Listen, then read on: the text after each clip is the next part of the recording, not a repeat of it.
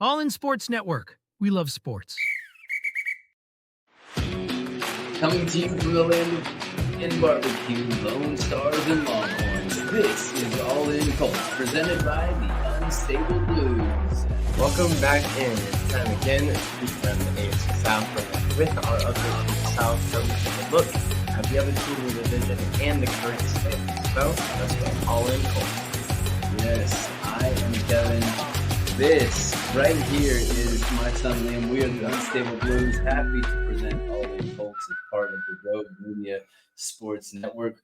We're here. We are in person. I came to visit Liam at college. We got a little study room here, and it's got a reserve sign on it. So hopefully we won't get interrupted here. That would be nice. But we're going to go over our stuff like we normally do, but we get to do it just in person. Like this is old school, like we used to do. Yeah, back when you were home. Yeah, back whenever we didn't use video and it was just audio. Yeah, good old days. I know, right? Well, got to go over the standings first. Yep. Houston is 2-1 with the recent loss to the Vikings. Yep. That is a good thing. And that means the Colts are in second place in the division at 1-2. Yep. And then both the Titans and Jaguars are 0-3. So they're tied for last. They're tied for last. Technicalities and all, Titans would be third, right? Yes, because they're all the Jags losses have come against AFC opponents. Yeah. Whereas the Titans lost to the Bears. Mm-hmm. So technicalities. Technicalities, exactly. Yeah. So first up would be the team from Houston update. I do have one for you. Okay. Let's hear it. So I was thinking through, our sarcastic congratulations to the team from Houston. Team from Houston update is that they brought back both Danielle Hunter and Stephon Diggs back to Minnesota. And Cam Akers. Yeah. And yet the Vikings are better without all of them. Exactly. I mean, who would have thought? Who would have thought? Well, Sam Darnold. Yeah. Maybe. Kevin O'Connell. Yeah. There's probably a few people in the Vikings who would have thought that they were better. And turns out they were. I think a lot of people probably thought, if you're playing on an NFL team and you don't think you're better than the other team you're playing against, you don't belong in the NFL. That's true. There's only just barely over 1,200 players in the NFL. Yep. You gotta know you gotta act like you're the best. That's true. So that's true. It's amazing what you can do when you make CJ Stroud confused. Yeah. Take a look at this past game and even our game against them. We obviously they scored a lot of points, but so did we. We were able to kind of keep up with that. So you fluster those younger quarterbacks, and you know, they get confused, obviously, and they start making simple mistakes that they wouldn't normally make. Yeah, so it goes back to the Brian Flores defense I talked about in our Unstable Pick 6 yesterday. It looks like one thing, and then all of a sudden it's something else, and then suddenly CJ Stroud has 2 picks, and Vikings win the game. Yeah, exactly. And Sam Darnold did not make many mistakes. So yeah. Next week they play the Jaguars. So before we preview that game, let's bring it to the 95 Kitties update. Yes. Last week I don't know if I should say played or got whooped by the Bills. I'm going to call that, I nicknamed that one the Buffalo Monday Night Massacre. I like that one. Maybe that's going to have to stay because they play really well on Monday night. So Josh Allen just kind of had his way. He had 4 touchdowns within the first half. They had a lot. 5? Okay. 5 to 5 different people. Mm-hmm. So he's distributing well. Yep. So, I don't know, kind of how I talked about it yesterday in the Pick 6? The Pick 6, where Josh Allen kind of reminds me of Patrick Mahomes in the way he plays with the younger guys. Patrick distributes the ball, so does Josh Allen. Just kind of getting things rolling. Did he have any rushing touchdowns? I don't believe so. which is new. I don't believe so. Yeah. Unless it was late and I was just not paying attention much anymore at that point. Yeah. Yesterday you posed a question to me Mhm. about Sam Darnold Oh, yes, I did. to the MVP.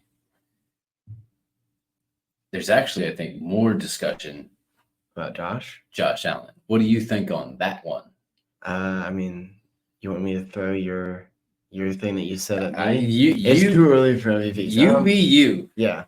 I think Josh Allen is definitely in top 3 contention, I would say. I don't know who else would have it. I mean, Derek Carr, but with this past week, I don't know how that turns out. I don't know. I guess we'll have to see. I think Josh Allen, maybe Lamar is up there, but Lamar's team isn't doing hot within itself, so we'll see. Mahomes. No, Mahomes has not had a good season. Okay. I mean, Isaiah said so himself, All right. and I've seen not that great things. I mean, he threw way too many interceptions in the Bengals game. So, Yeah. But then they still end up getting it done. There they did. are only 3 0-3 teams left. Mm-hmm. 2 of those are in the AFC South, which is kind of disappointing because I did say that the AFC was going to run to the South within the next 5 years, and that was like last year. So 1 or 2 years ago, yeah. So it's still got time. It's still got Yeah. time to fix it. Mhm. But the other 0-3 team is the Cincinnati Bengals. They've been close every single game, so close yet so far. Yep. So I mean, what Jaden Daniels did has never been done before by a rookie in the NFL. He had a 91% completion rate. He went 21 for 23, had 3 total touchdowns, 1 of them rushing, 2 passing. Isaiah's calling rookie of the year already. I mean, once again, Offensive. it's 3 games in, so let's settle down a little bit. But Mhm. yes, at this point, yes, Yeah, looks as if looks really good. Yeah. So now Jacksonville will go to Houston. Yeah. So now we get to talk about that game. We do. As we discussed our pick 6, the road team has won these games the past 2 years. So the past 4 matchups, the road team has won. That would put potentially Jacksonville at an advantage. That would put them in the winning scenario for if you go along with the script. Yeah. Oh.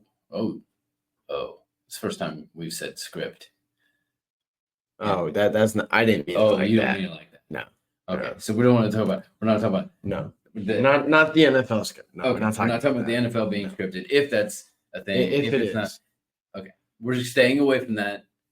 Okay. Yeah. Backing it up. Back up. All right. So the game itself, Houston, Yes. Jacksonville, in Houston, second game of the year in Houston. Really interested to see which one of the indecisive uniforms that Houston uses. Yeah. Are they going to break out the H and the black? Are they going to go red? Candy red. They've already gone white. Are they going to go classic steel blue? Who knows? We'll when see. you have so many uniforms to choose from. Yeah. I think. I mean, we kind of hit on it more yesterday than we probably will today.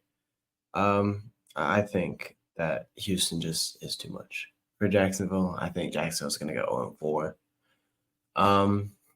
I think that the loss that they took against the Vikings are probably going to be a wake up. Like, okay, yeah, the Vikings are a good team, but like, we really should not have lost that badly to them. Maybe lose, but not that badly. Yeah.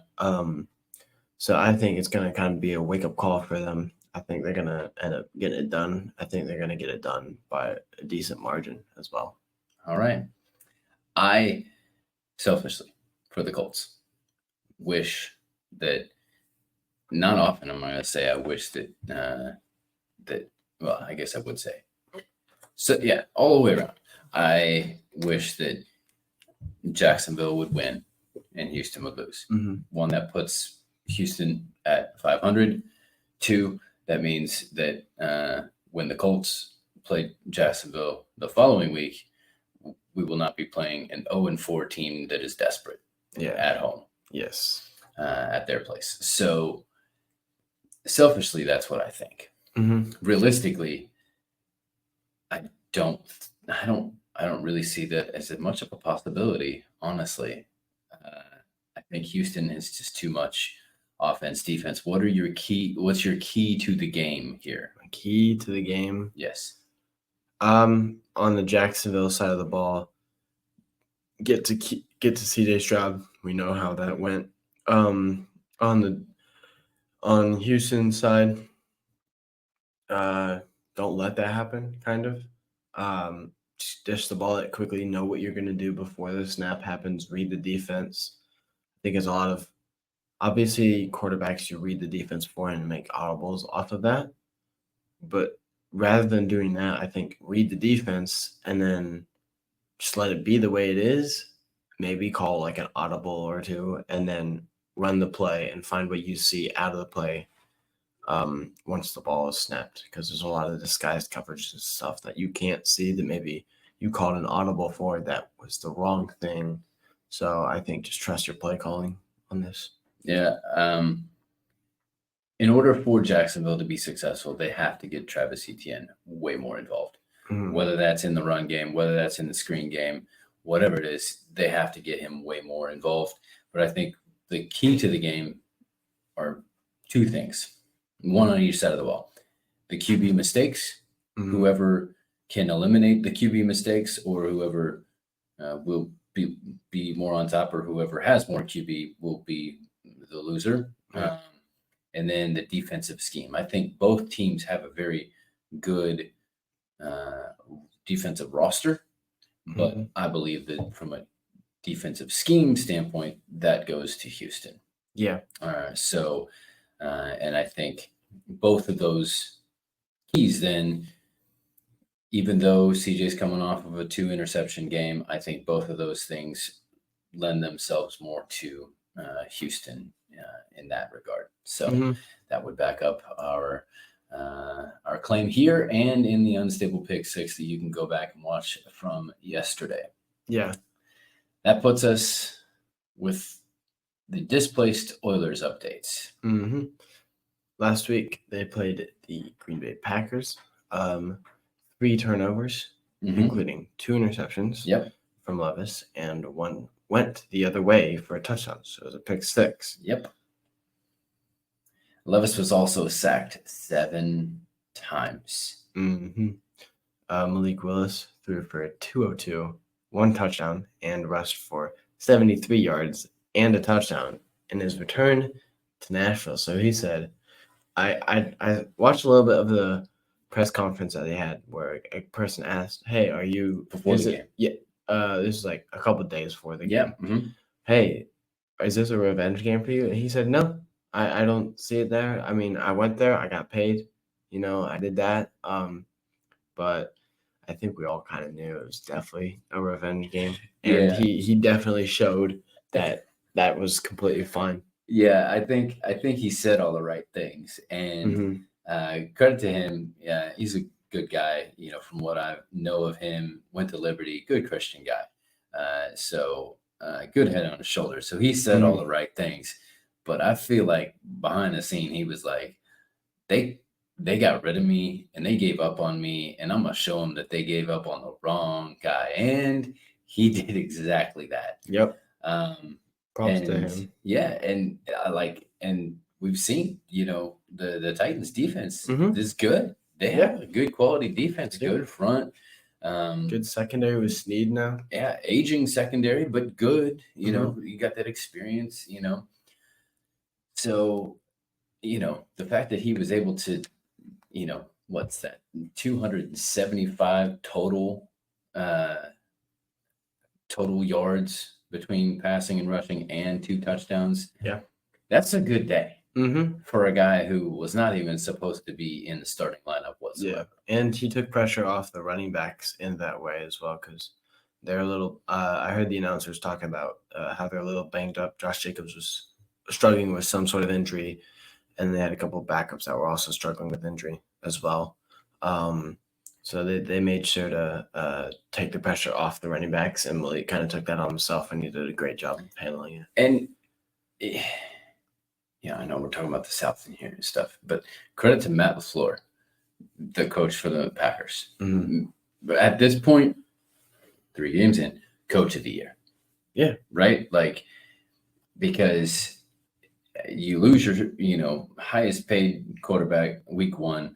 You're thrown in with a guy who had only been there for 3 weeks. Now he's only been there for 4 weeks, and he was able to build a game plan, albeit against the Colts' terrible rushing defense at the time, first week, but then against this defense as well. It come up with 2 game plans that worked fabulously for this guy.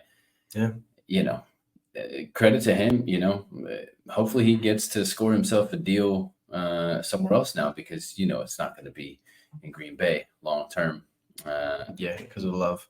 Yeah, but now they got to go. The Titans do, and they got to go return to where they had a huge upset win last season, late in the season, in Miami, to play the hurting Dolphins. Yeah. What would you say is your key to the game here? Okay, so there's this image that keeps popping up in my head, and I should have pulled it up here, but the image of because the Titans came in late in the season, played spoiler with the Dolphins, because the Dolphins were right in the hunt for 1, 2 seed. But then partly because of this game, had to end up going to play in Kansas City in the cold for a Miami team. Tough. But this image of Will Levis, a lot like many images of him from college, with this, right? You remember, this kind of like warrior kind of thing, which is very much Will Levis's MO, but sometimes comes back to bite him quite a bit. He went airborne against the Colts and got spun around. That make 2 out of the 3 other AFC South teams that the Colts have now spun a quarterback. Watch out, Trevor Lawrence. You're next every single time.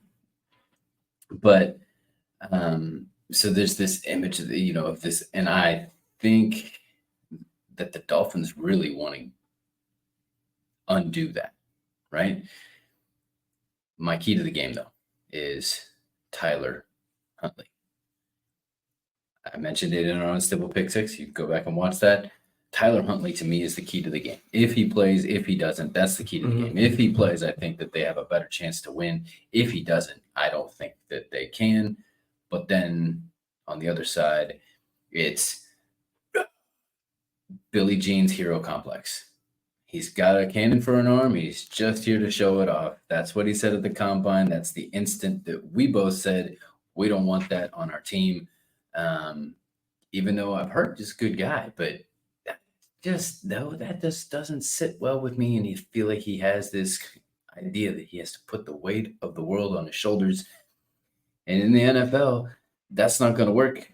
That, you have to, that's what causes these picks that you don't need and things like that. So, what's your key to the game? I think, as well as with CJ Stroud, I think it depends on if you can fluster Will. If you fluster him, I think it's going to be smooth cruising, especially because your offense is hardening without Tua, and now their second string they don't have. If they bring Tyler Huntley, that'd be amazing, though, because we saw what he can do with the Ravens, and I mean, not to the level of Lamar, but he kind of looked and played very similar, which was very good to see for Tyler. I think that Mike McDaniel is going to stir up something here for the offensive scheme, because you have so much speed on your team. You don't need a talented quarterback. You just need a quarterback that can place balls. Don't even have to be deep balls like Tua can do. Just has to be, I talked about it yesterday, the yak yards, just the yards after catch. Just put someone on a drag Send someone deep, send Tyreek deep as a decoy, dump it down to Jalen or Devon, something like that. So I think the Dolphins are going to get it here, whether it be with or without Tyler Huntley, though. Yeah. Once again, my pick is completely dependent upon Tyler Huntley. Just like you did with the Vikings. But I went the other way with it, unlike last week. I trust my gut a little bit more. Yeah. Yeah, I also think Tyler Huntley has more of the build like Tua Mm-hmm. than he did with Lamar. Yeah. It's a little bit shorter, a little bit stockier, which it's neither here nor there really. But,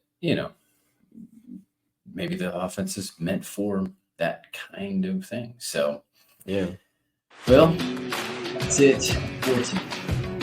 Tomorrow we will be back with our fantasy focus on Colts players' fantasy football stats, and we will wrap up the week with our preview of the Colts and Steelers game. This is Liam. And this is Kevin. Reminding you to stay all in Colts. All in Sports Network. We love sports.